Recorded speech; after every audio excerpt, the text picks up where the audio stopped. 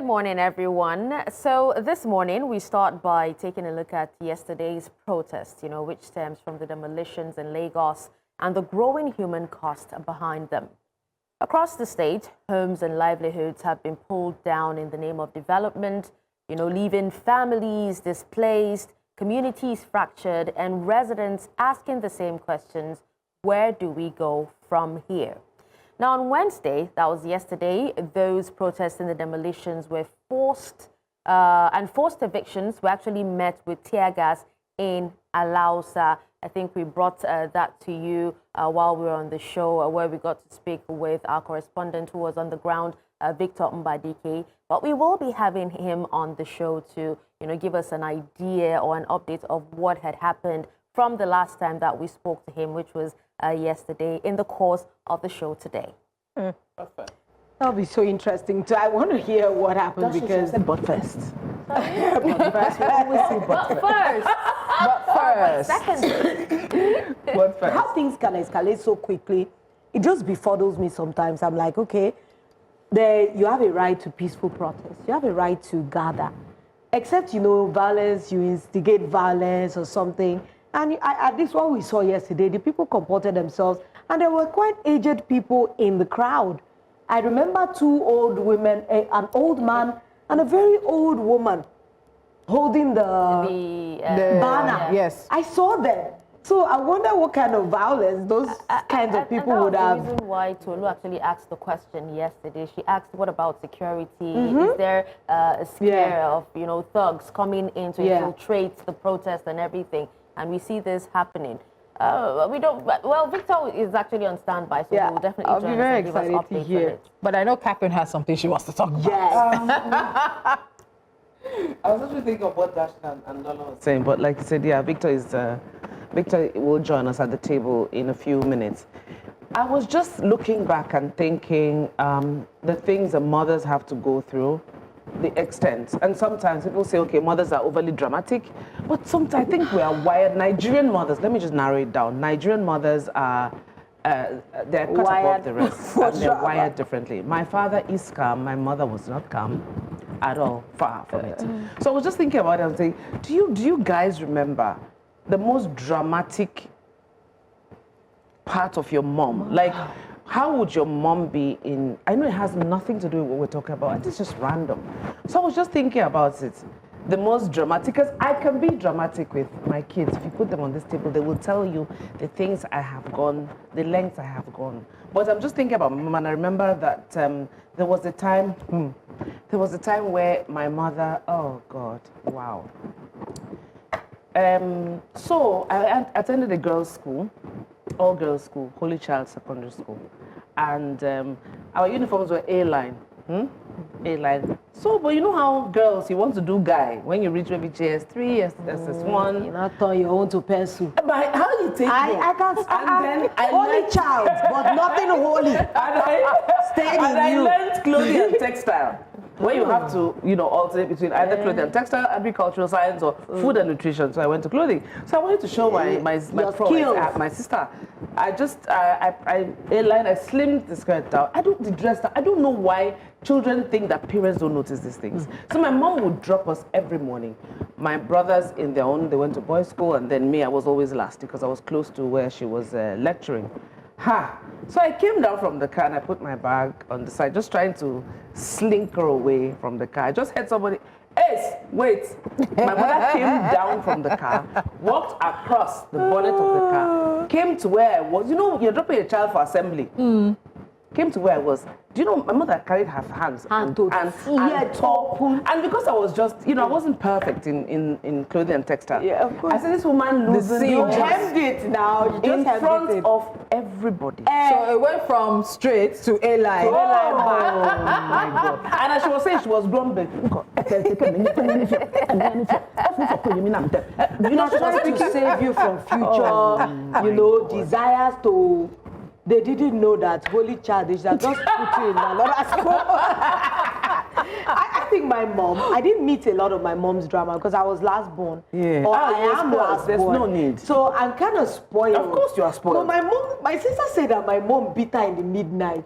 I don't believe it. Midnight. Yeah. That's when mothers my beat sister kids. said my mom that if she went somewhere or maybe she went to like see her boyfriend, you know how all those things they do. And my mom would just say, I could see what they say in the midnight she had hidden the cane under her bed. So as they are all slept, you know, there was a bunk up and down. They say my mom had wore trouser.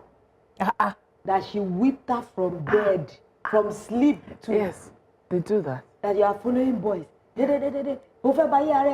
know, all those things you will say all kind, you will get pregnant, you will this, you will that. They said that a I'm lot. not aware. You know, I live the soft life. I think a lot of mothers were actually like that. You know, they would, as long as you go out on your own and come back in, even if it's just, you know, by the house or something, they would automatically assume that you've gone to meet a boy or maybe someone saw you and spoke to you. And, you know, I don't know, it's a scare. Yes. Right? Especially when you're teenagers or, you know. was scared. Yeah, you're not? I was scared. Oh, exactly. At that age. So, but I remember, my mom has actually done a lot of dramatic things. I remember when she flogged me. God, I was very stubborn and she flogged me. So, but then the most dramatic thing I think she used to do was when she would take us to school in her car. Yeah. And she's on this lane driving and she sees a trailer coming on, she'll just park. I'm telling you, whenever she sees a trailer, she will park and let the trailer pass, and then she continues moving. Please, does she mutter when she's parking? I don't want this one. Yeah, she said, I know that she's scared and everything. I said, but you're a driver, you're a professional, you've been driving for years. How is it that you can't move when the trailer? And it's not like the lanes are, you know, small. Yes, you know, there's enough space for everybody. you know how roads are in the north, like very spacious. That woman will park. You're like, no, she's not ready for anything. I think it's probably trauma. She's probably seen a lot happen on the roads and all that. But that's one dramatic thing. So I was the last born like you. Yeah. So my sisters Mama all, Yard was nice. My sisters all complained that by the time I came, I was spoiled. That mommy ti raw. Want to raw. And the next sister to me is actually 8 years older than me. So Are you? but when you see me and Tola, you think we're twins. Yeah, We're very close. Tola is 8 years older than me. I'm glad he's 9 years older than you. So I was the last one. But your mother's. I don't remember. Is it drama? The day that I saw Orogun coming out of the corner of my eye to my head because I thought I was young. I thought I was muttering something. My parents, were they dramatic? I don't think so. I think the most dramatic person I had was probably my father. The only drama I can remember my mom was when we came back to Nigeria. I had a diary and I'd gone to school. Somehow I forgot to hide the diary. And they went to Reddit. My mommy found the diary. My mommy woke me up at 1 a.m. and said, come to the living room. My mommy started crying. I don't even think mommy will remember that, but I always remember. I was still sleeping. I was like, Kilo Shele, what happened? I think they did that to emotionally draw you in or blackmail you into. African mothers are emotionally manipulative. I think we are like, you may not know you're doing, because I know that I've done it once or twice. I catch myself in the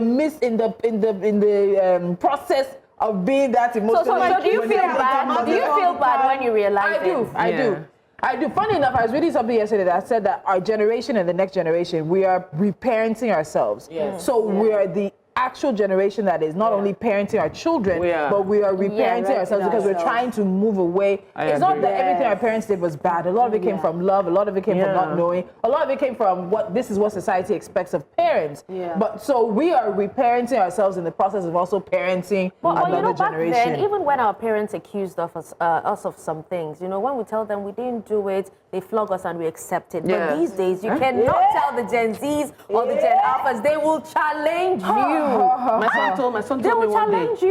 Instead of banging, mommy, why are you so upset? Just talk about it.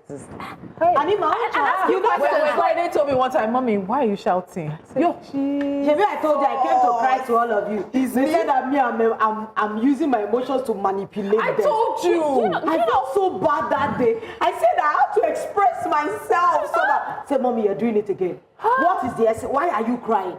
What is wrong right now? Nure, why especially? So my nephew is like 9 years now, but when he was like 2, he did something and I flogged him. Till today, he never allows me forget. anytime he sees me, he'll Oh, be like, you want to beat me again? I remember when you flogged me. Why did you know? I told you guys about that flogging. I'm not into gentle parenting. I don't believe it. My child is not a gentle child.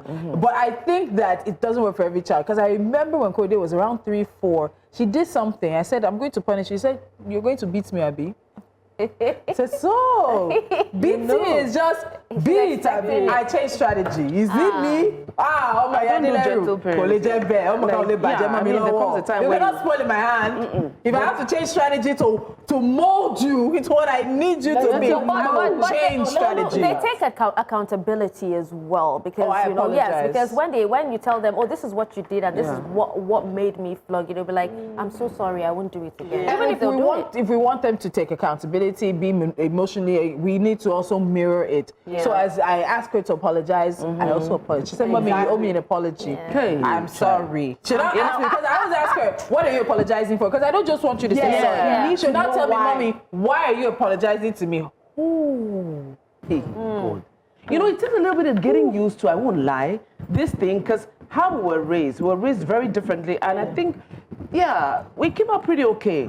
I mean, relatively. Some of us. We came up pretty okay. But I think our children are now making us do a 360 complete on how the parenting comes. Because you hear what children say to you, and they tell you exactly how they feel. And because we are not used to. She told Rotimi yesterday that something he did was diabolical. We need to go on a break.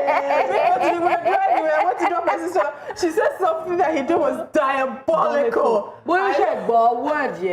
Oh, it's what woman low. Someone that told me, because she's doing Yoruba lessons, she was telling me the other day, Eburu girl. I said, wow, I'm paying for lessons. You're insulting me on top of the lessons I'm paying for. We're going on a break, starting on a nice note, but when we come back, the conversation we're going to have with our correspondents is not such a nice one because of the actions that happened yesterday.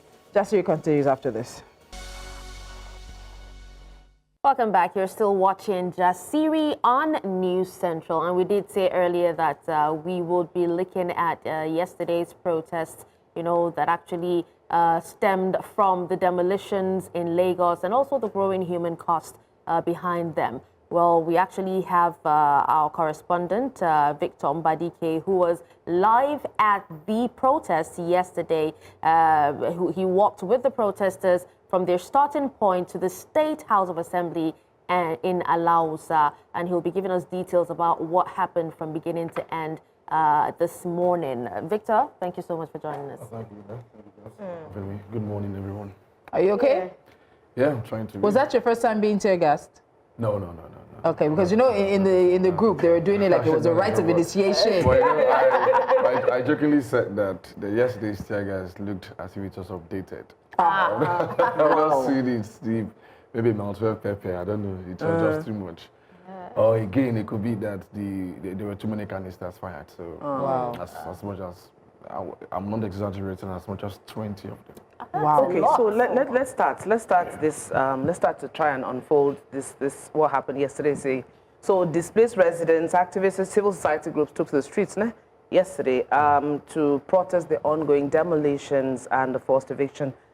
So that escalated into the police firing tear gas at the marchers. Now this raises questions about how dissent is handled in the city. So, Victor, to clarify matters, why do you think residents and civil society activists came out to the streets yesterday, today, and then what were the key demands of the protesters? So there were insinuations yesterday that it was a Makoko protest. First of all, it's not a Makoko protest. It's a combination of different people from several communities that have been affected by government demolitions, whether their homes are demolished or their offices or place of work. You saw some of them from Owodo Niri. There's a spear pot market at Owodo Niri. So that place was demolished sometime last month or late last year. And they were also there, to ask government, why are you doing that? There's some other persons from Owodo Shoki. Recently there were houses demolished. Yes, definitely. Yeah. And the recent one, a lot of people are talking about the Makoko because it's very recent. That case is even more saddening because many of them now sleep on boats. Sleep on boats, on water. I can't even imagine. But that's so we had all of them. I remember Tolu asking yesterday while we were on this show if we had more people coming, and I told her clearly that at the time she did, we still had buses. Because the news we got was that the police didn't want them to leave their locations, that they were blocking them from coming out to protest. You know, so but that's why it started actually late. Yeah. But they stood their ground and waited for. You said a lot of buses were coming in coastal buses, bringing all these guys. These guys are ready to, you know, it's a once and for all, you know, because the demolition has been happening for quite a long time now. Okay. But we understand that the issues, demolitions are not really the major problem. But if you're going to do that, at least you should relocate us somewhere. Or So find lack of solutions notice, lack of first. relocation, lack of Exactly. compensation. Then you can do whatever you want to do. Yeah. But you just take us out of our homes, take us out of business. Where else do we go to? And this is where, you know, the major cross of that protest yesterday. And you know, all of this with the state government, they're saying it's for security. They're also saying urban renewal is also part of the conversation as well. And so we're going to continue this conversation, because what is the cost of urban renewal? What is the cost of securing Lagos? So yesterday, Victor, when we spoke to you, I asked about this security presence, because in these protests, I always ask. Sometimes they'll tell you, no, you can't. But recently in Lagos, what we've seen is that the police are even there. Sometimes they'll even grant interviews before the protest really sort of kicks off to say we're present, we're keeping back. And yesterday when you told, when we spoke to you, you said the police were present, but they were keeping their distance. So how did we go from police being present and keeping their distance to police then firing tear gas at the Lagos State House of Assembly in Alausa? And you guys did a 6-kilometer walk, about 6 kilometers from Ikeja Underbridge to Alausa. Let me cut the police some slack. To be honest, they did a fantastic job from Ikeja Underbridge, because I was with them all through. They were very, very professional about stuff.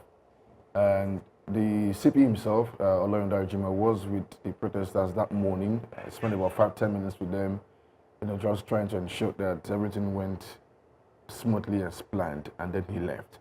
So all through the march, the officers were in between them, ahead of them, you know, behind them. I mean, everything was going on well, until a few of the officers noticed that the protesters were already filtering into the major road and blocking the entire corridor that leads to Maryland.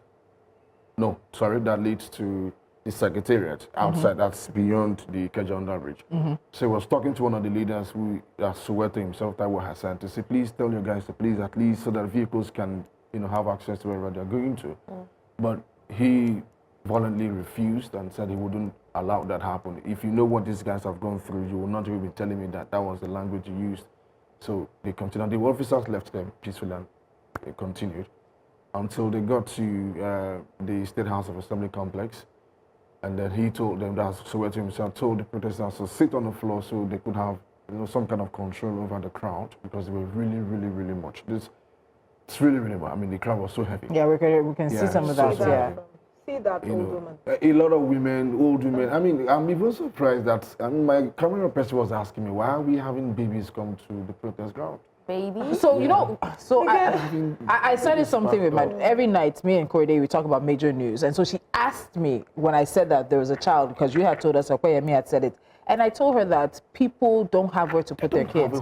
They don't have a home anymore. So if I'm going somewhere, the child is going with me everywhere. It may sound strange to us, because you know in these kind of protests, it's almost like you're set. And I put it in the group, I said, I hope police do not disperse. I hope something doesn't happen. That was just about 30 minutes before the tear gas started. And so we always have an expectation. There was no reason. So we'll get to that. I want to ask, because, you know, if we're going to look at the general atmosphere and looking at the caliber of people, that's why I want to ask. Because if you say, okay, these are protesters, you know, protesting the demolitions that have been happening. So what kind of people were in this protest? Because we need to know. Yesterday I was asking what was the demography. We need to know what the demography is, the age, the caliber of people. And by the time you go to Alausa, what was like the number? If you could just give us like a hypothetical projection that, okay, I think we were about this number. Maybe it was a massive crowd that scared them, or what? Honestly, this is a fantastic question, because we know that there are different kinds of protests. This was not an elite protest. This was not. This is not protest by the elites. this kind of protest was, would you want Was to it call even them- middle class? That's what I'm saying. Not even middle class. These guys are the poorest of the poorest. You could see it. These guys can't even have. If, as a matter of fact, I told Joe Hansen this morning that if you give these guys 5K, they go come and go house. It's not like, yeah, they really need to protest, but these guys are hungry.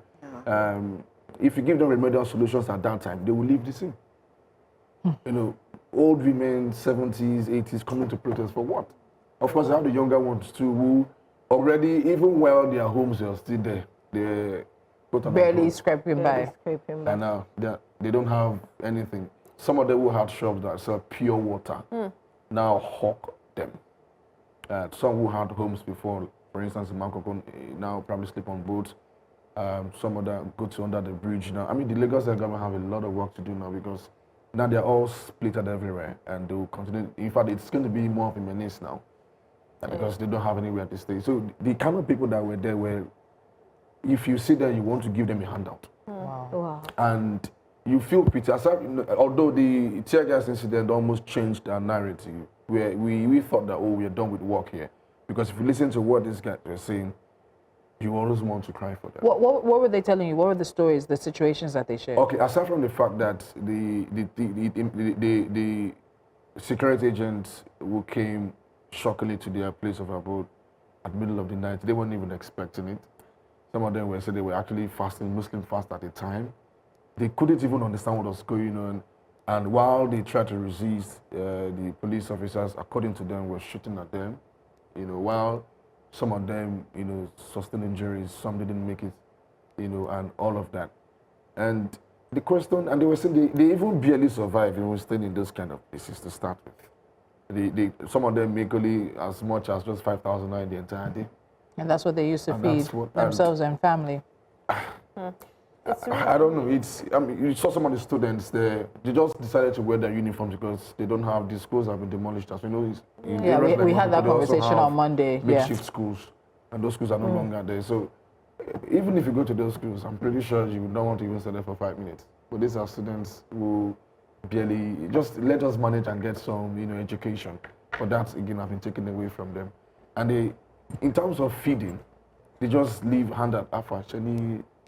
Give me something. Yeah. That's how they feed now, you know. What about some of these older women or older people who were part of the protest in terms of their stories? How long have they been in these places? Because there's also this conversation around, by the time government leaves these quote-unquote informal settlements to stay for long periods of time, there has to be a conversation as to not necessarily ownership, but there is a responsibility and there's I'm looking for the word. There's something you have to give them if they've been there for so long. Not to give them in terms of money or whatever, but a recognition of the fact that there is a settlement here. There are people who have made their lives here. Some people making their livelihoods in the same place, like the Makoko situation. Oron Shoki is there. Baba, I'm trying to look at the names of the other places. Yeah, so it's there are lots of places that are involved in this. So in terms of some of them, how long have they been living in these places? Okay, before we use Makoko as a focal example, majority of these communities or slums have been there for as long as 100 years. Some migrated from different parts of Lagos, even beyond Lagos, Togo, Cameroon, Benin Republic, and simply, majorly because these communities have something, it's a resourceful center. The Makoko, for instance, is a fishing area, a fishing center. So when people come there, it's basically to do business. And so along the line, it was important. Why do I have to come all the way from Ekpe to Makoko to do fishing and then go back? So let's just find a way to just stick around. And the government allowed that for so many years, allowed that to be, but they didn't really see anything wrong with that.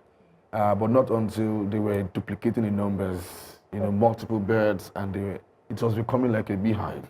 And I'm not trying to speak for government, but they felt that this was not what we planned out. This was not what we expected. I mean, the numbers are growing, so we can't really control them any longer.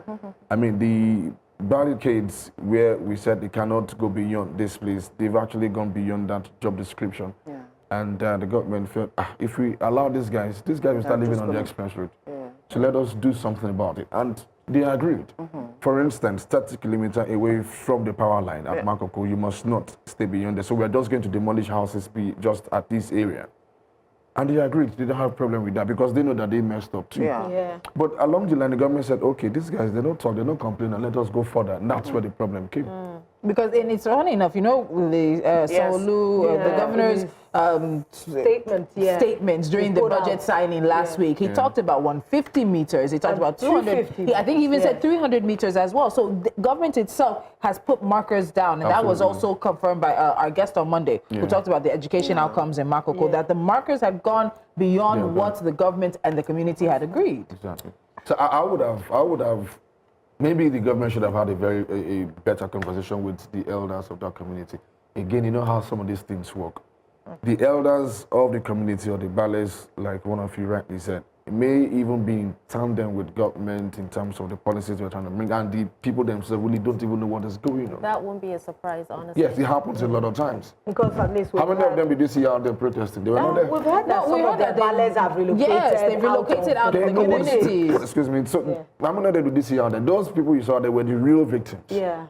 Those who have probably cashed out from me that have gone to their bed to sleep and just guys left you to your business. And the sad thing is, you know, there's so many other communities who are right now living in fear of possible demolitions as well. But then let's look at what the Commissioner of Police for Lagos State, Moshood Jimoh, said about the protest and tear gas being fired when, you know, you spoke to him in front of the State House of Assembly. When they are raising abuses on me as Commissioner of Police Lagos State, that I was vomiting blood, they call me all kind of name, but in my profession, I should work under pressure. No gunshot was fired. What we use is the minimum force that is allowed in protests when people become rioters. After all, we are inside with them. If it's going to cause any injury or death, it will have caused it to equally police personnel. Nobody's killed, nobody's injured, but we've been able to successfully dispatch them, because if we allow them to continue to sit on the road, upcoming vehicle can run into them, and it's not safe for even them and equally other road users. It is absolutely ridiculous, in my view, just ridiculous. And they said Commissioner of Police is telling me I cannot afford to allow them to block a public fairway. I cannot allow you to destroy people's homes and make them homeless. Are we all mad in this country? Apparently that's... I was So Opayemi was supposed to be here this morning, and we'll continue the conversation with her. But he said that they were calling him names, they were throwing things at him. That they were unruly? Yes, they were unruly. I saw an interview with the police public relations officer last night, Adebola Adebisi, I believe it was, and she was also reiterating that as well. But when we spoke, was it you or Opayemi? She talked about the fact that they had gotten there and they were waiting to see people or something. Yeah. And then because they were so long, they told them to sit down. That it becomes much more difficult for you to become unruly when you're sitting down. So everybody sat down. So where do we go from people are sitting down peacefully to others to then, and who's throwing things at the police commissioner? Who is calling him names? What did you see when you say in protest? You can't control what people say. They can call you any name. Yes, it's just that's part of the protest, basically. So the Commissioner of Police might be right that he was called names, which it's not unusual. Maybe his anger would be why you directed it. Am I the state government? Well, this is personal attack. Maybe that might be, but the aspect where stones or whatever have been, I have not seen that, because if that actually really happened, I know that it have been trending right now. That's where I wanted to go, because I'm sure we're not the only news station that was there. No. There are more than one news station that was there. So if there was any kind of, it would have been captured. It would have been captured, if it is not a professional camera. We would have seen some errant, eyewitness video. I think they got scared again of the crowd. Can you particularly, estimate? If you had to guess. I'm not a good mathematician. But I did see some women. How much violence can all these Yarubo sitting on the floor? To be honest, they're in thousands. They're in thousands. That's all, like they're in thousands, really. Wow, look at the crowd. It's because when you started, we didn't actually think that there were a lot. Of course, I didn't. But you said that there were more buses coming and bringing people. They were in thousands, and they knew that they were not going to be able to control this crowd, especially when they refused. They refused to, because there were some officials who came out from the legislative. I was going to ask that. Wait. Okay, go ahead. Yes, I was going to ask that. I heard that the Lagos State House of Assembly was on recess when the protest was on, but I hear that a few members came out to meet the protesters. So what was said? Honestly, it wasn't as if the legislative members or officials actually came for a conversation. They wanted a piece of the crowd to see if we could let's talk to a couple of persons and see, so we could douse the tension. And they wanted them to, follow them to the chambers. But the rest, they said no. Whatever you want to say. So they wanted to take a few people. Take a few people. The rest of them said no, that can happen because they didn't want a situation where some kind of compromise, comes, a sabotage. Whatever you want to do it in public. If you want to see one or two persons, we are all going to go, and that was the break. I mean, since there was not going to be a resolution or something. So that means they didn't address the people publicly. No. So on that, so they said yes, they were on recess, but some people came out to speak to them, but then they also let them know that they couldn't let the crowd into the assembly complex because of security concerns. That's also what the police PRO said in her interview. But let's go back to the tear gas, because we heard the Commissioner of Police, Moshood Jima, say there were no injuries. So please, let's go back to the visuals, if we have them, of the tear gas being fired and the crowd dispersing. You got to a hospital later. Remember, we spoke, and I said, go and meet protesters. Somebody falling over. Yes, and so you went to a hospital later, and you met a woman, I think we have her picture as well, who apparently had an injury from a tear gas. So what do we know about the injuries? This woman, Kafayat Muftaudin, if I'm not mistaken, she walks and sells motor spare parts to the nearing. So she's one of the leaders there. So when the canister was fired, she was really, really unlucky. It went straight to that shin. And we did, many people didn't know because everybody was trying to run away. I was so concerned about the older people in the crowd that I think it was you or Yemi that spoke about a woman who had a child, the child with her that she had on her back. Was there any warning? So if the police are saying that the crowd got unruly, they were throwing things at the Commissioner of Police and maybe other police officers, was there any kind of warning? None even to say, we're dispersing you, you have 2 minutes to disperse, or we will fire tear gas into this crowd? No. It was sudden, actually. And the Commissioner of Police made it known to me that this is minimal, this is the best we can do. And I asked him, but there are women, old women who have babies. I mean, imagine an asthmatic patient also falling down. He or she might not even survive, because what tear gas, if you inhale it too much, does it can seize your breath, and all of that. So why would you use? Okay, let us assume.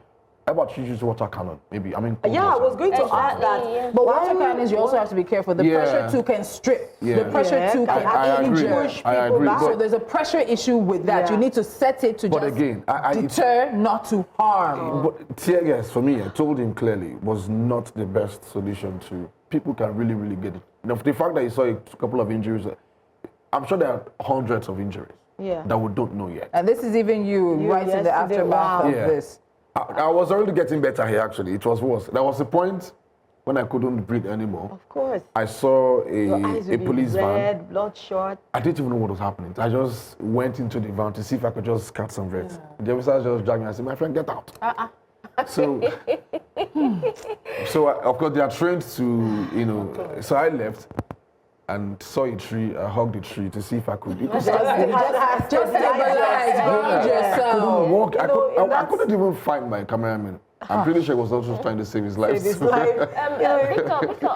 looking at the videos, I actually saw some of the protesters hold up pictures of loved ones, and I'm assuming it's loved ones that they probably lost in the process. Like this baby, is this not the baby from the Makoko situation? Well. Absolutely. So can you go ahead and tell us what their demands are?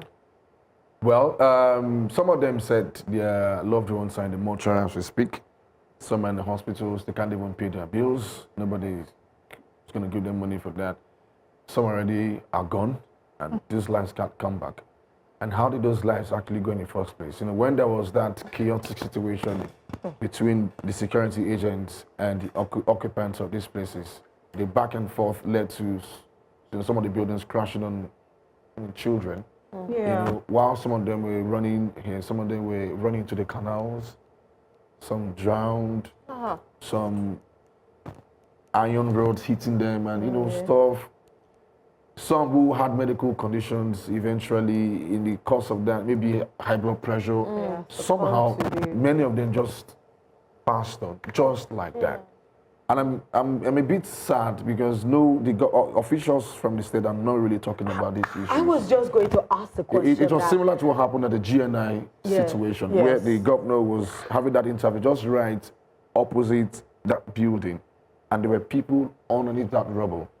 And then he, in his speech, he said things like, I don't think he really mentioned the fact that people even died. He did not. It was deliberate. So when I was trying to ask the question, his PA, I don't know, is it Boyega, something, quickly took him out. And I was like, You have to acknowledge that people have lost their lives. They're not numbers, they're people, they're Lagosians, they're Nigerians. I'm even wondering that from yesterday to today, we've not heard any official statement from maybe the governor of Lagos State, because these are his constituents, these are his people that he's governor over.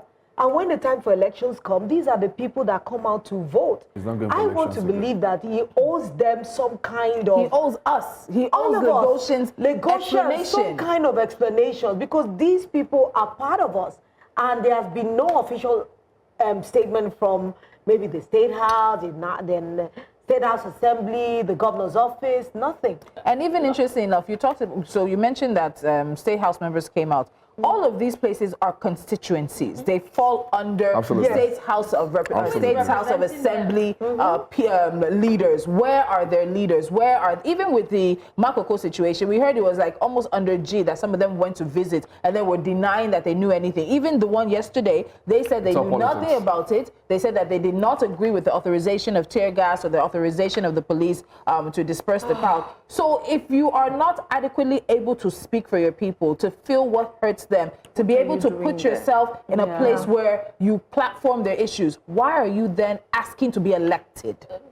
I also think that this shouldn't actually be let go. If there's a way that, organizations or even Hassan Soweto can find, if he can find a way to collate data about the number of people that died and their profile and everything, so that we're able to hold them accountable. Because we can't continue to let this go. Who knows what will happen next time demolitions happen? It's a good thing you mentioned Hassan Soweto. He's been a guest here on Jasiri and on News Central, but I can also confirm to you that he was arrested yesterday, along with a man identified as Dele Frank. Now, the information I'm about to give you is coming from the Coalition Against Demolition, Forced Eviction, Land Grabbing and Displacements in Lagos State. And they say that Soweto and Dele Frank were taken to the Ogba Magistrate Court yesterday at 5 p.m. The word they use is even rushed. And you can see Soweto in the visuals on your screen. The magistrates had closed for the day. They were then taken to Panti Police Station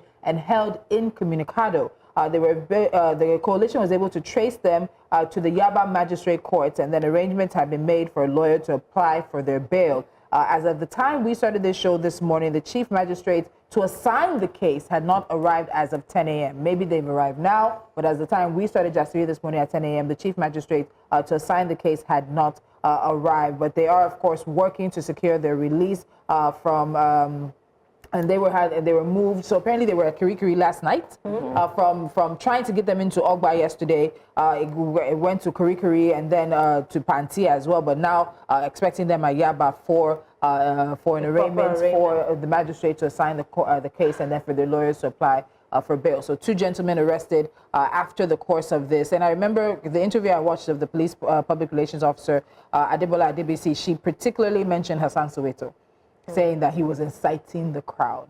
So it feels like we already have an idea of what direction this might take. She said he was the one inciting. He and others were inciting the crowd. She called him the arrowhead. That is exactly the word she used. I'm a bit I'm worried because the elections are coming. And we are dissatisfied. Nigerians are doing everything in their power to speak up in their capacity. How they can speak up. I'm talking about not even high-class people. These are on the lower rungs of the society, people that were merely surviving. But that's why I keep saying that we need to be proactive towards the election time so that you can really, really pinpoint the kind of leaders that you want. Because if this is happening to people that have a governor who has said nothing, while his people are being tear gassed and, and They are running helter-skelter for their lives. I saw a woman fall. And if we continue like this in Lagos State, this is painful to bear. In the north, we're talking insecurity.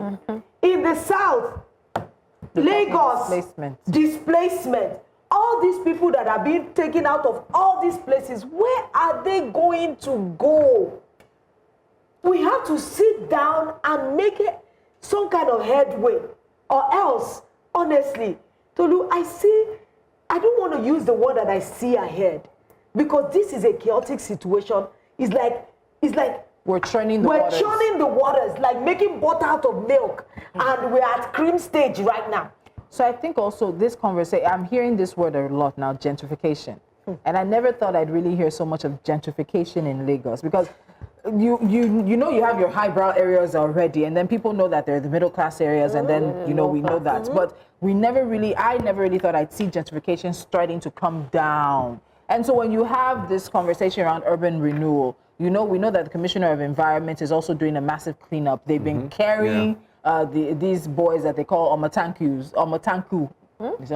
Yes. So they're doing massive clearing operations. All these boys that if your car stops on the road now, that rush you, they've been harassing motorists, threatening them. So there's been massive cleanup operation. I saw it again on his timeline yesterday. So there's something going on. And we may not know to what point, but does urban renewal mean that Lagos has no space for the poor, or has no space for people who can't fit a certain socioeconomic category or background? Honestly, I don't want to, the picture is gory in my head. Even everywhere across the world, there are different cadres of people in the same constituency, in the same community. So are we saying that we want to make Lagos fit for only elites? And who will now be, what will be the definition of elites? When I look at houses like Jakonde, I'm wondering that in this time and age, how many people can really afford even housing? If the government decides to build houses now, how many of these people that are running helter-skelter can afford to pay for these houses with the kind of jobs that they do?